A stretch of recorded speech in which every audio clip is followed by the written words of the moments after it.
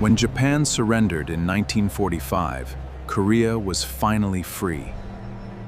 But its freedom came with a new division. To the north, Soviet forces arrived. But farther south, American forces were preparing to take control. Then, American forces arrived in the south, turning Korea into two separate occupation zones. The occupation was becoming political. In north and south, separate administrations began to emerge.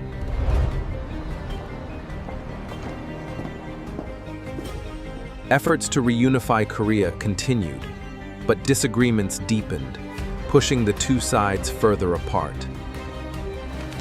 Then, in 1948, separate governments emerged. South Korea in August, followed by North Korea that September. In the north, Kim Il-sung emerged as the leading figure of the new government. By August 1948, the Republic of Korea was established in Seoul, creating a government separate from the north.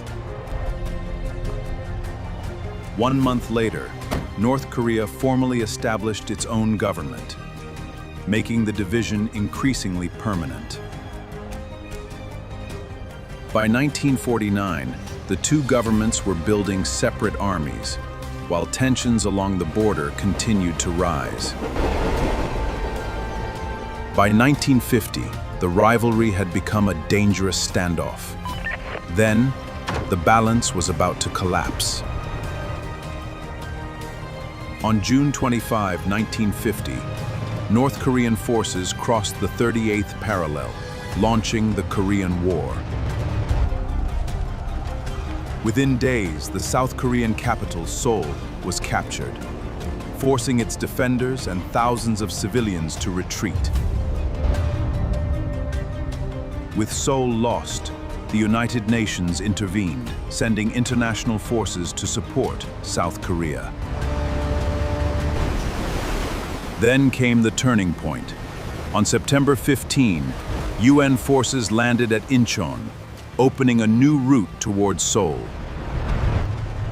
After fierce fighting, UN and South Korean forces recaptured Seoul in late September, shifting the war's momentum.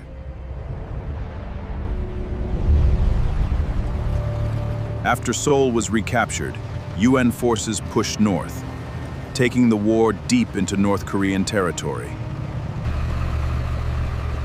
But China intervened in late 1950, sending large numbers of troops across the border and changing the course of the war.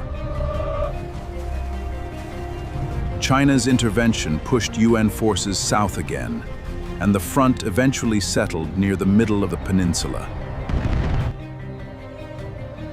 With the front stabilized, armistice talks began in 1951, but negotiations would continue for years.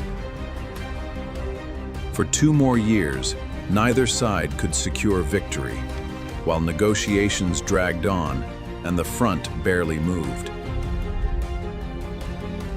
On July 27, 1953, the armistice was signed, ending the fighting and leaving Korea divided.